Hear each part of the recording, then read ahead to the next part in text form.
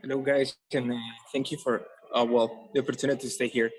It's really important to mention that um, all the things that we have been doing till right now is because of all of you. And talk about what we did when we were in the camp is something that gave me a flashback how worse as the condition that Hamas is providing the poor situation that they provide to all asylum seekers, all refugees. Um, it's not for human beings, and it's really, really delicate to talk about because even right now the condition that they are giving to those guys that they still living in Napier in those barracks in Pakistan, it's a situation really complicated, and it's something that could mark our lives. I have been marked since I arrived to Penally, but anyway, um, it's something that we did together as a camp resident of Penally because we challenged home office, we challenged that situation, and we won.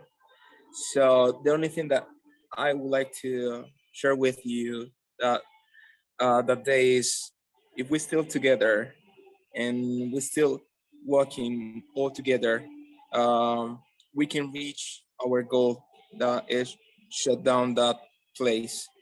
And I hope that it could be as soon as possible. So thank you, Ahmed, for the time because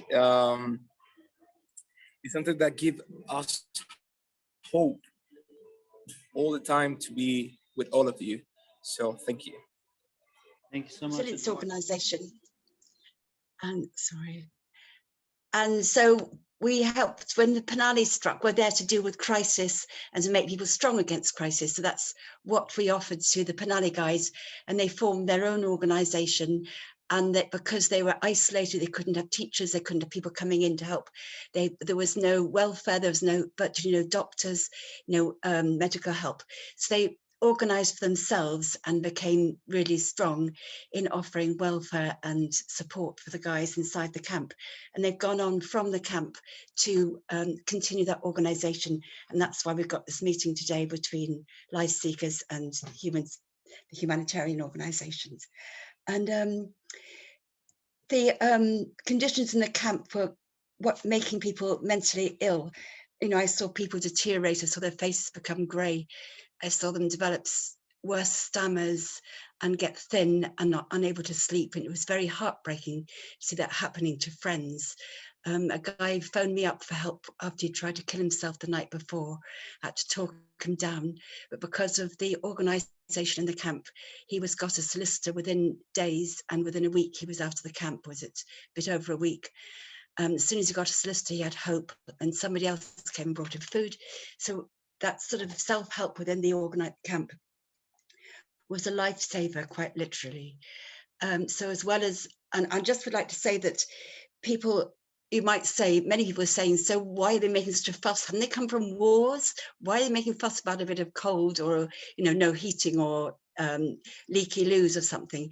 So I've been in camps in France and people were not complaining, although the ground was running with mud. And there's people who've walked across deserts until their feet were running with blood and they were not complaining. And people who live on £39 a week never complain. And they were not mentally affected. But even another guy who was imprisoned for 9 months and beaten every day, he didn't break down, but when he came to Penali, he did, because it's a punitive, restrictive, harsh environment. It's not just the physical conditions, it's the punitive nature of the regime there, I think. So it's in a different order of oppression. But the people in Penali, they didn't just meet harshness. They met the very best people in Wales. They met incredible supporters, many of whom are here today. And they met the best of humanity in that respect. People with compassion and determination, creativity, and who've found them. Every single person had a buddy. People here are responsible for that. And they the organisation within organised doctors who mustered to help and to do medical reports and assessments and get people out. Lawyers came in. So they met the full potential of what people can achieve when they organise together, and they organised to close the camp. And they were successful. So, you know, fantastic, good experience, as well as bitter and harsh. Happy Refugee Week. My name is Zaina. I'm originally from Syria, LifeSeekersAid member, Voices Ambassador and intern in Voices Network, volunteer to Welsh Refugee Council and British Red Cross. First of all, I need to benefit from this opportunity today to say I'm standing with all the asylum seekers and refugees around the barracks and camps in all the world. And today, I'm wearing Palestinian abaya to show my solidarity with my people in Palestine as well. In this event, I want just to spot the light on the education and employability for the asylum seekers and refugees in the UK, starting with this personal story. Your time is highly appreciated. However, we can't give you this chance, even if it's voluntary work, as you don't have a work experience in the UK. I was told this statement twice. Unfortunately, I'm starting this speech by this frustrated true story. Can you imagine how many similar stories weren't heard from forced migrants who have no voice to raise? As all of you know, in the UK, asylum seekers are not allowed to get funds to access further education or get paid job. The frozen, frustrated, long asylum system has a huge anxiety impact on the mental health and well-being for whom seeking asylum. A long waiting list at the colleges and the community centers to study English, which is the most serious and difficult barrier to integrate in the new community. In many cultures, the education is the most important chapter of people's lives to get a better chance to find a dreamy job. Seeking asylum in the UK means you have to deal with a long, slow system of waiting for your human rights, like get safe accommodation with a limited financial support with only £5 per day to live as a human. That's if you were lucky enough and not be sent to a barrack, which means living without any financial support. Unfortunately, education is considered a luxury in this process.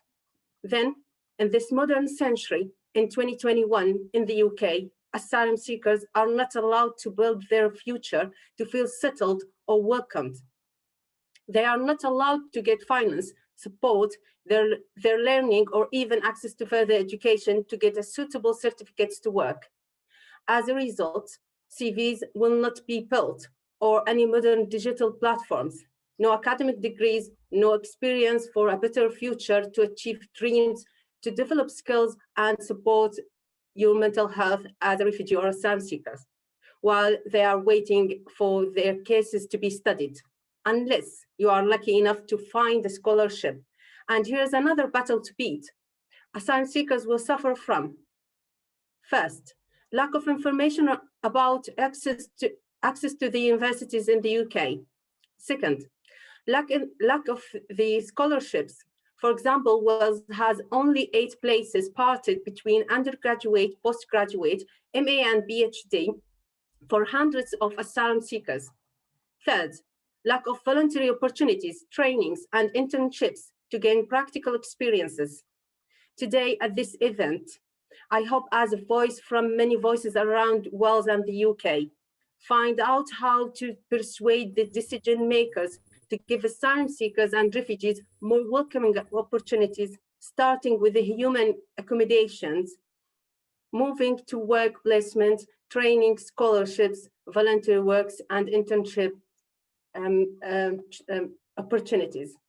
Thank you so much. Hello, thank you very much for inviting me. I'm from Stand Up to Racism West Wales, and we worked very successfully alongside and with other organisations around Penally, CROP, Vicky's mentioned, County of Sanctuary, Pembrokeshire, The Heart, lots of other organisations. And of course, we, along with lawyers and with some brilliant journalists and all sorts of other people, as Vicky said, successfully managed to get Penally closed.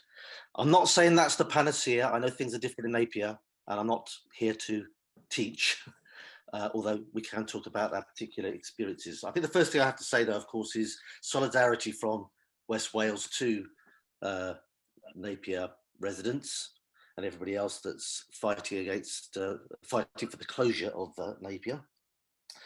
And also congratulations on the judicial review. But as Maddie pointed out, it seems to have fallen on deaf ears. And we've found that Priti Patel has lied from the very start. You know, she was found out, Public Health England, their evidence completely contradicted everything that Priti Patel had said. And unfortunately, if you look at what Chris Philps was saying in Parliament the other day, it looks like the government are going to completely ignore the findings of the judicial review. And, you know, they may even look for an extension beyond September for Napier to be open. And people keep asking me, and everybody else, I'm sure here, why? And I'm afraid it's just politics. It's about treating refugees, vulnerable people, asylum seekers as a political football to use it as a blunt way of dividing our society in a racist kind of way. It's pure racism. And I completely agree with Maddie. We have to do everything we can to close these camps, make sure they never open again. But what I really want to talk about is the asylum bill. But before I do, I just want to say, in terms of our own experience, a little bit like Vicky at Penally, I think it's important to emphasise, once again, I'm not teaching people to suck eggs, but protest. We may be successful with a judicial review, but you've got to keep protesting. And that means not just physically protesting, it means, as we had to at Penally, if you have to, take it on the far right, talking to the communities, as we did at Penally, to say that these fascists have come here to divide us and the myths about asylum seekers are simply not true, to work with the journalists, as you say, and the lawyers and so on and so forth. But also, and I think it's really important, work with trade unions. Trade unions, it's been forgotten about actually around Penally. They did play a role. The Wales TUC were really great. It's supporting the campaign to close Penally, as were other trade unions. I'll come back to trade unions a bit. I want to turn to the question of the Tories' new plan for immigration, the asylum bill. I think we all now, without going to the ins and outs of what the asylum bill is supposed to be, I think at the heart of it, it plays with two actually far-right myths that they want to legislate for, or bring into legislation, I should say. One is the idea that asylum seekers have to seek asylum in the first country they come to. It's simply not true, and the Tories want to put that into legislation. The second one is that asylum seekers are illegal immigrants if they come to Britain or the UK by non-traditional means. That is not true. There's no such thing as an illegal, we all know this, there's no such thing as an illegal asylum seeker. But at the heart of this bill, if it goes through, that's what the Tories want to do. They want to make it illegal to come here by untraditional means. So basically it's a bill and this is hard. It's hard for refugees to take. You know, people keep saying to me, "Can this government be so awful?" Well, I'm afraid they are. So all the more reason that we have to be so robust in our in our fight to defeat this bill. And I think we should, you know, from the outset, make our demands absolutely clear. Of course, we want to defeat the bill. I'm sure there's all sorts of things we could demand, but some of them off the top of my head are really, you know, things like there should be an amnesty or regularization of undocumented refugees. There should be automatic and immediate asylum for Palestinians, as Belgium has done. And I think we should demand that the refugees or asylum seekers are allowed to work and not left in the complete poverty that they're left in. I'm sure there are all sorts of things, but I think we need to raise these sorts of demands. How are we going to bring this about?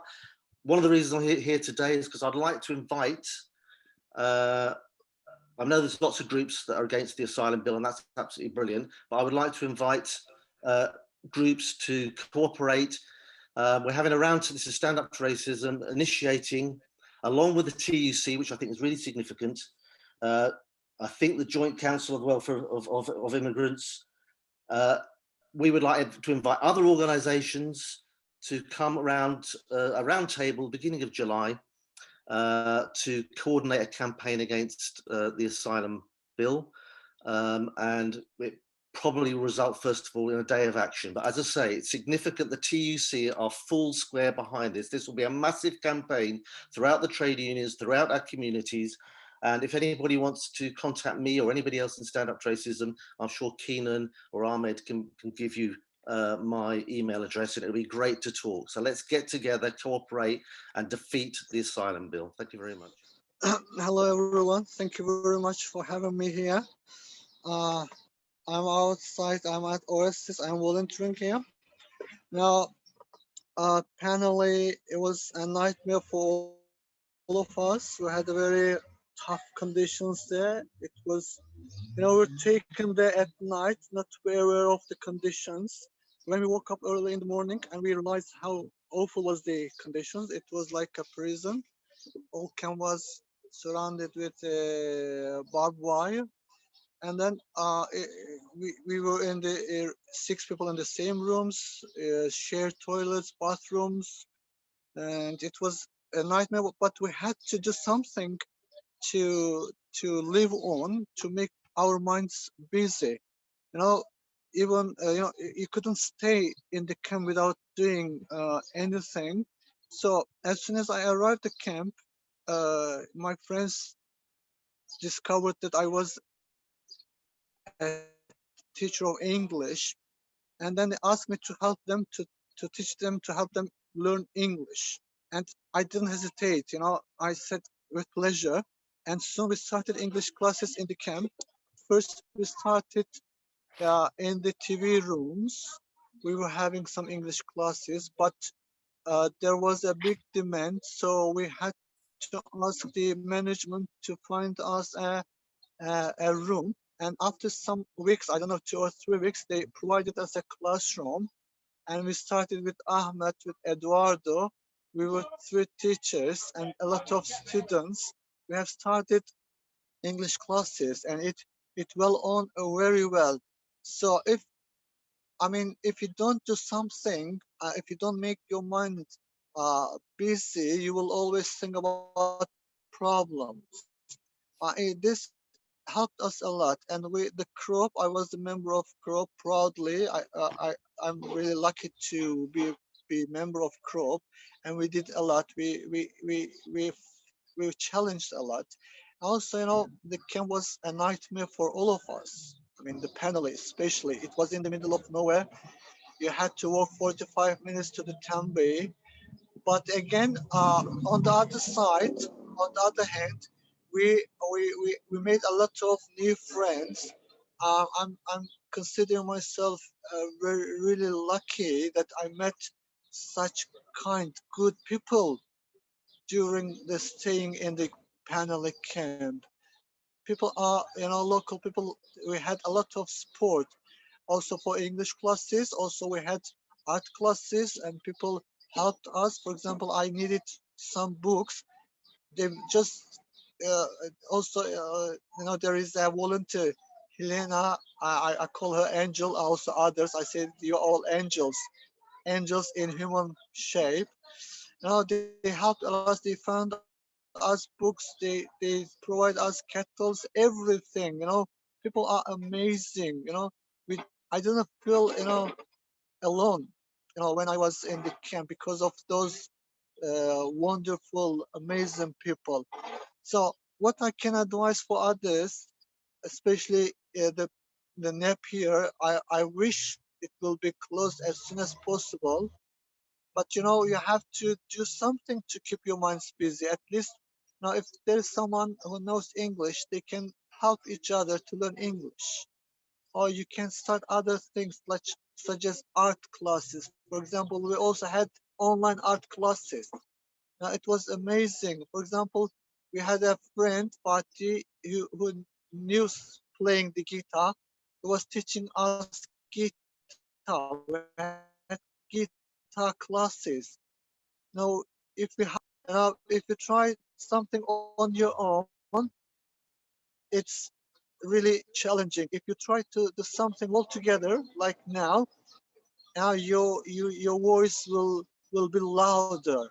You can reach more people if you challenge all together. I really thank you all people, and that people who helped us. Now I can't tell the names. For example, Vicky, Helena, Merly, and Anna. I don't know, Caroline, Patrick, they even organized welcoming party for the refugees in front of the camp. It was amazing, I really think, as I told you before, we had a lot of bad, negative sides, but on the other hand, we had also, a chance to meet those wonderful, amazing local people. I really, it was really difficult. But, after I came to Cardiff, I'm living in Cardiff, I continued volunteering again because you have to do something, keep yourself busy. I'm volunteering here at OSCs. It's amazing to help people. It's a kind of spiritual healing. It helps you. It keeps you busy. I advise all people to do something, in order to keep yourself busy. Thank you very much.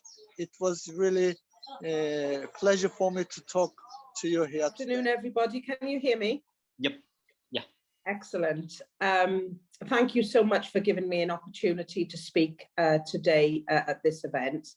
It's great to see so many of our friends, and it's great to all be together again, focusing on the real issues faced by asylum seekers, and just making it clear that we know this fight has only just begun.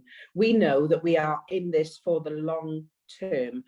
We know that we want to do more than just get people out of Penally and out of Napier. We know that we want to be a force to be reckoned with, where we have robust arguments with the British government as we educate them as to how to treat people who have fled oppressive regimes and have come from the other side of the world to seek sanctuary and asylum in the United Kingdom. And, I just wanted to reiterate what Patrick said about how important the help that we got from the unions, from the TUC, from all of the unions that helped. And I just wanted to make a little bit of an announcement that you may not be aware of. When I first came down to Penally, I was joined by Shavana Taj, who at that time was the acting General Secretary of the TUC. Now, Shavana was the first Asian woman to be appointed into such a high position, although her appointment was only temporary. On Monday, we are absolutely delighted to be able to confirm that Shavana is now the permanent General Secretary of the TUC, and that gives us great hope that the work in supporting asylum seekers with the unions will be led from the front by the TUC and those already involved with the various unions who are absolutely committed to stay on this journey. Brilliant.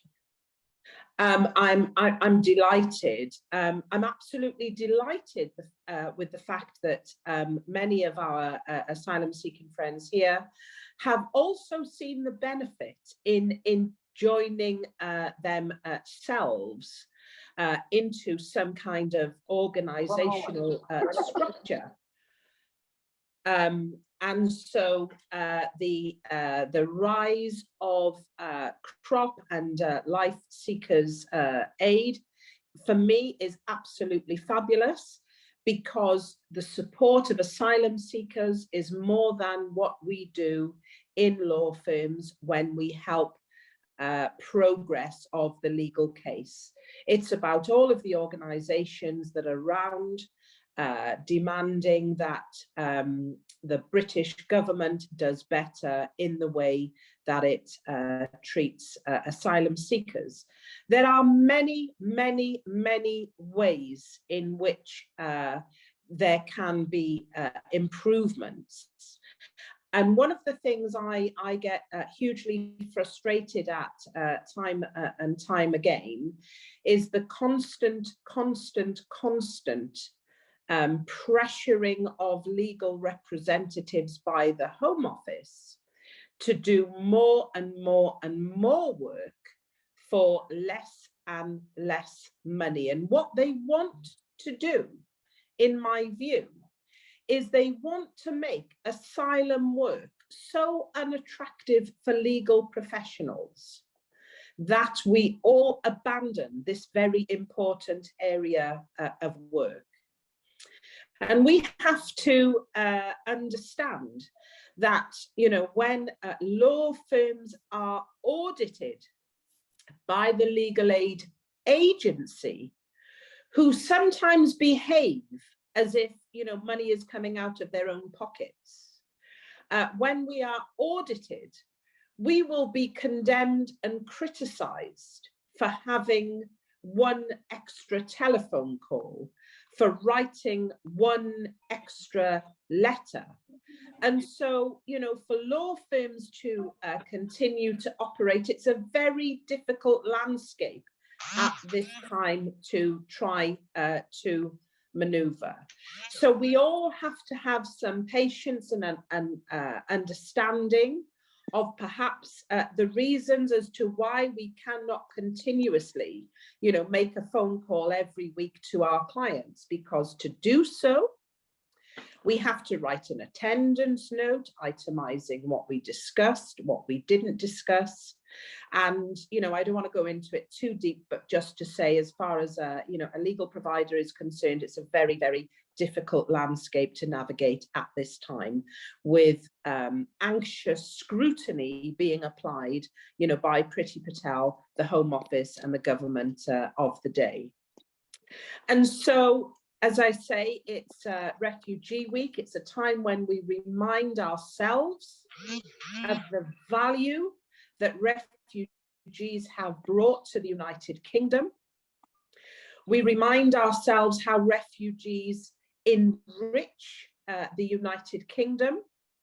And we sometimes have to look inwards and just think for a minute about what else we can do to make the journey that asylum seekers have to take to get to the point of making a claim for asylum, up to when their asylum claims are decided, to make their lived experience more hospitable and more enjoyable. And that's why we have these type of events. And that's why, as Butetown Community Centre did, we had Asylum Seekers Welcome Days. And that's why we continue to build external relationships with other organisations, because we understand that sometimes these journeys can take 1, 2, 3, and 4 years. And so I'm going to finish there, because I know I can talk for Britain. I'm delighted to be here. I'm delighted that you're all here, and let's stay on this journey together. Hello. Thank you. Wow. Yet again this year, I feel incredible honour to be standing on this platform with so many amazing visionary people. I'm here representing really quite a big organisation, County of Sanctuary, Pembrokeshire. And thank you so much for allowing us to join. I'm quite impacted by just hearing everything that everyone said. I'm kind of almost forgotten what I wanted to say. And it's really brought me back actually to being in Penally, especially Maddie's first point about how traumatic it is to be in that type of accommodation. And that's actually quite difficult, I found, to describe and explain to local people. And I think it's something to do with the waiting. and a lack of choices. I mean, I chose to be there. I was doing yoga, we were doing bikes, we were mainly just chatting or trying to keep up with Ashfin's incredible cardio routines. And I used to feel like a prisoner in there. I used to feel stressed, or it reminded me of being at school when I'd been wrong, even when some of the nicer staff were there. And I had to have that incessantly. The psychological distress involved in constant waiting with no autonomy or ability to make choices over your life is too much for anyone to bear. So it's a funny feeling back because I miss you. It's an incredible feeling to see you all here, not only people and new friends and neighbours that I met in Penally, but all of the whole community. We managed to make friends with lots of new people and make neighbours. And I think of us as neighbours because I don't think anybody in COSP thought of themselves as a volunteer at all. It was just a natural impulse to welcome. And in the first 2 weeks when we set up COSP, we had 5,000 people wanting to get involved, and we couldn't cope with that. And I just wanted to say that because it's so important to remember how many people really wanted to welcome. And after the experience of Penally, there is now a generation of people who've had their eyes opened to the horrors of the hostile environment that Priti Patel and her gang are trying to implement in this country. Lots of people who never been involved in politics or anything like that suddenly opened their eyes. And so they are with you. And I think, we think that Priti Patel thought she could come to Wales, set up Penally, destroy our pledge to make it a country of sanctuary, which we're so proud of, and she failed. Everyone just started to be neighbours and friends and have picnics and so on. She failed, and that's why they closed, because they had a plan to rifle up racism, and it just didn't work. So we all stand in solidarity with you, Napier, and I'm actually finding it really useful to hear people's very clear ideas of what things that we could do to support and help now, because I think there is a sense of Penally's closed. What can we do? So to maybe list some of the brilliant points that people have made so that we could distribute them amongst our community would be really great if that could be done. Yeah, let's close Napier, but also let's tear apart this hostile environment strategy and let people know about it, because for me, the main thing is that people have no idea. And the more we just reach out and speak, the better. So we're with you. You are not alone. Reach out and let's keep connected, all of us. And thank you so much for all you're doing. Yeah. All right. Thank you. First of all, thank you a lot for having me and for hearing us and giving us the chance to express some of our views and some of our opinions as a resident of Napier Barracks. First of all, I would like to mention that most of the people inside, they couldn't come outside because we've been advised not to share our experience with the social media because it might affect our asylum claim. But yeah, this is why you don't see that big number. Second of all, this is the situation. So the situation here is not really what we crossed all the way. Most of the people they come from quite different countries. They've been through a lot and they've suffered a lot. Not to come and settle in such an environment where you cannot really put vulnerable people in some way. Vulnerable people, to put them in here, isolate them somehow. It's I don't know how to express it properly. To be fair, the only good thing about this camp is the staff. They're trying their best to be fine, to be helpful and cheerful. But if you want to really evaluate the idea of having people in the camp, you need to see it from the outsider's perspective, which is not right. So just having people in these circumstances, especially in this time, like COVID time, it's a little bit over now. but still there is a fear of COVID or any other outbreaks, any disease outbreaks. It might, yeah, like the previous time, they've got over 130 people got COVID only because of one case. So it's very high risk. This is everything that I want to share with you. Thank you so much for hearing us. And we wish you could help us get this camp closed. Thank you a lot. Hello, Ahmed. The kids are having their tea now and they send their greetings, Bastian and Molly, 3-year-old twins, but hopefully we'll be quiet. Okay, I'm going to whiz through this because I think there are other voices here that are very important. It's lovely to see people from both Penally and Napier who I've met before. Thank you very much for joining us. And I'm aware that this is a solidarity event for people who are in Napier now. So my notes are particularly about that. So I've been 20 years around the asylum system. I'm part of the Quaker Asylum and Refugee Network, and I can see our colleagues here as well, and also Status Now for All, and I'll put some links up later on. The Refugee Week theme is We Cannot Walk Alone, and that's absolutely right. And just to mention Amal, I don't know if people know about the Walk of Amal. She's a puppet who's going to walk from the border between Syria and Turkey through Europe to England, and she arrives here I think in July, and she's travelling up through England, and there'll be celebrations along the way and events. She's a massive puppet made by the people who made the Warhorse puppets, so that will be something to pin a lot of events on. To the people who were in Napier and Penally previously, you know that speaking out made a difference. You know, some of the people that I met there were absolutely amazing and gave up their confidence to talk to David Bolt, and as a result of what he heard then, some of the legislation, or not legislation, the judicial outcomes have perhaps been different from what they might have been if you hadn't been brave enough to talk. So thank you very much. Working together made a big difference. It's also very difficult to make decisions about how to use your energy and your time, and I think you have to be careful about that.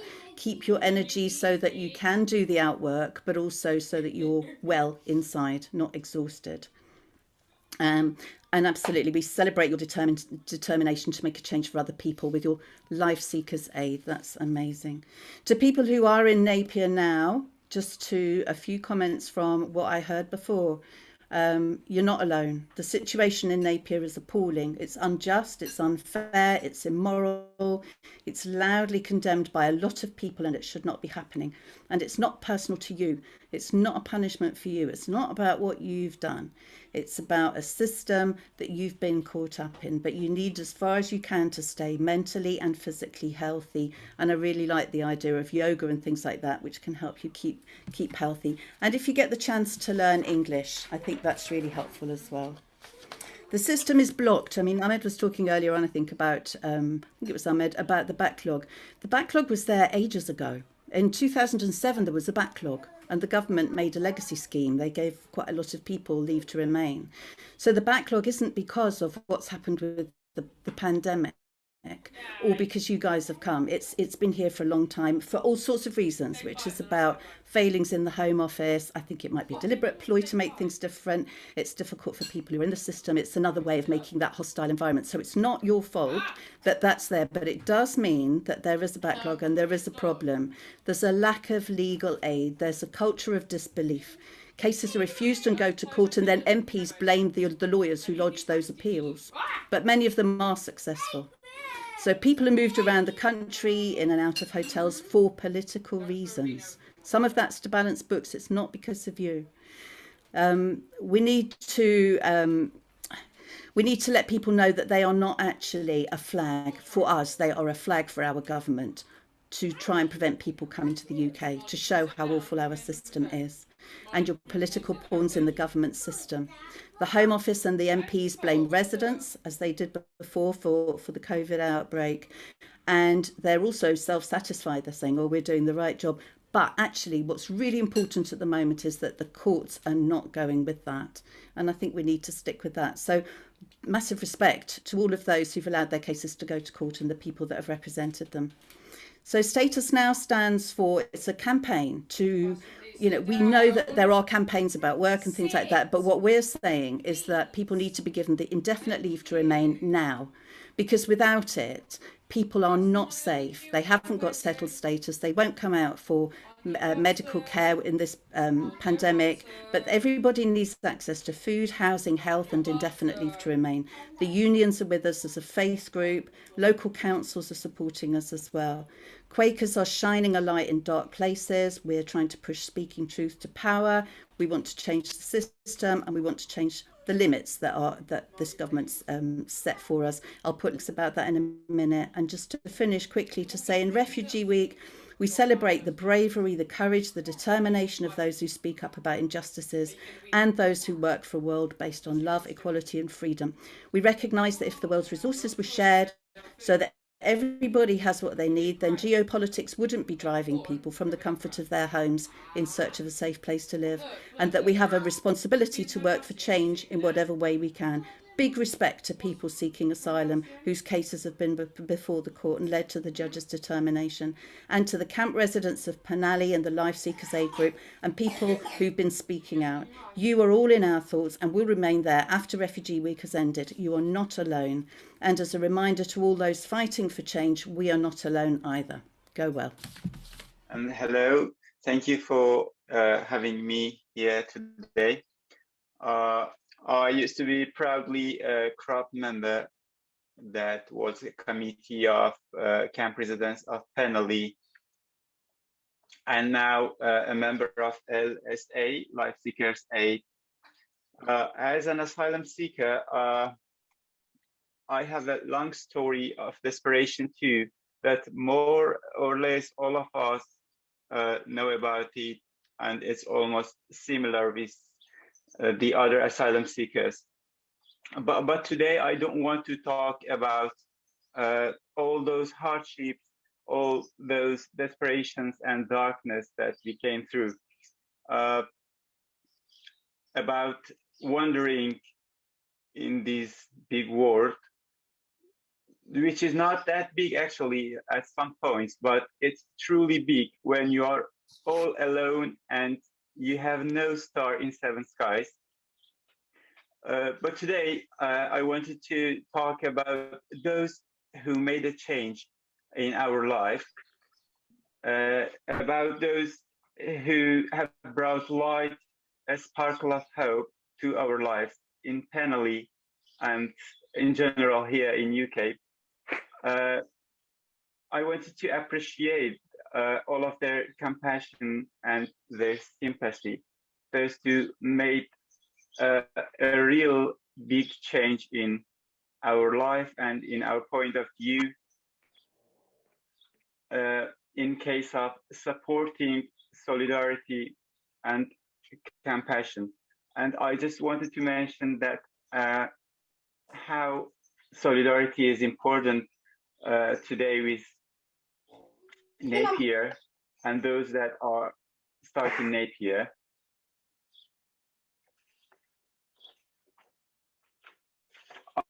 I'm so happy of seeing so many kind faces today here that it just brings back hope and warmth to my heart, actually, just thinking of you are right there out of here, and it's just really lovely to see you all here.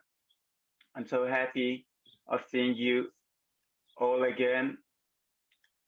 For me, as a Kurdish asylum seeker, actually, it was maybe the hardest part of my journey to UK, to staying in Penally camp, because I believe that I have fought almost all of my life for freedom, and I was feeling to be prisoner in Penally camp. It was not a prison-like place, it was a prison actually for me.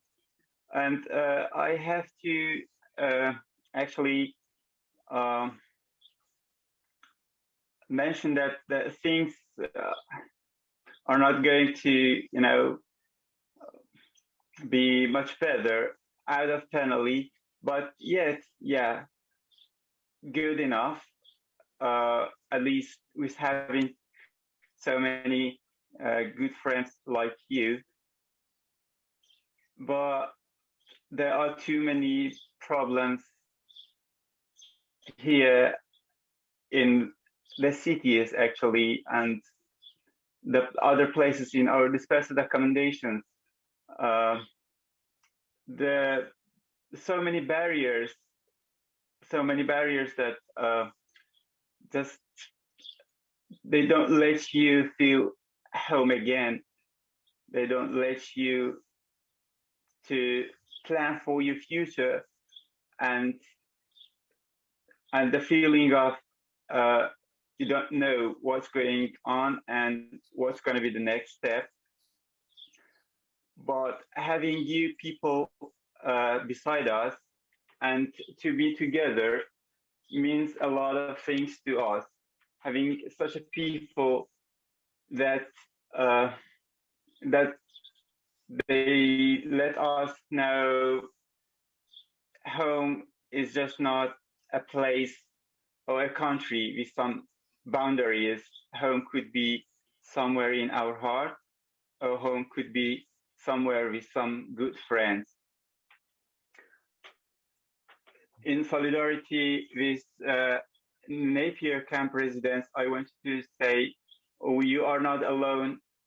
We are with you all the time, and we hope all of this nightmare will end soon for you and for all of good people and good hearts that are working and doing something about it, that are making a change. And I wanted to end up my speech with a few words that are inspired actually by Bertolt Brecht, from a letter to those who were born later, but with a little bit changes. That says, when you speak of our failings, or when you tend to judge us, bring to mind in the dark times we have lived. Bring to mind the unequal battles we went through, and bring to mind we have changed countries more often than our shoes, seeking life. Thank you, everybody. Thank you for having me. Thank you. We are facing, but thankfully we have this positive side from knowing you guys. You helped us a lot. You assisted us a lot. You supported us a lot from the very first beginning. And I'm very thankful. And I always tell my colleagues that me and all of us, we were very thankful to be moved to Penali. This is the only thing that we were happy that we moved to Penali to get introduced and to know you guys. You were the best, and you will be always the best. Thank you so much. Thank you so much. Take care. Bye-bye. Thank you. Thank you, guys. Thank you very much. Thank you very much, everyone. Bye. Thank you for everything. Bye. Thank you. Thank Patrice. you. Bye. Goodbye. Thank Bye-bye. you. Thank you. Bye.